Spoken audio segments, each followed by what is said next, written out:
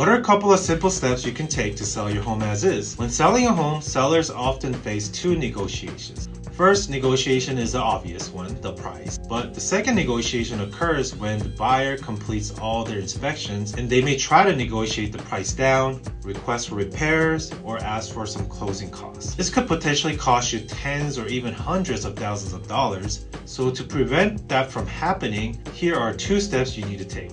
First, disclose, and disclose. Make sure to disclose as much information you know about the home. If you had a roof leak 6 years ago and it was fixed, disclose it. Additionally, have a home inspection done. Hire an inspector to conduct a thorough inspection of the home. It's also a good idea to call in some specialists to check the sewer line, roof, foundation, and chimney, areas where expensive issues can potentially arise. Now, the second step is provide this information to buyers at the perfect time.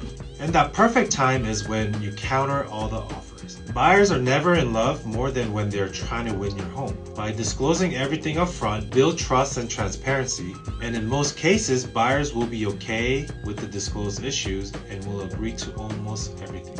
Share this tip with your friends and family who are thinking of selling, and don't forget to follow for more real estate tips.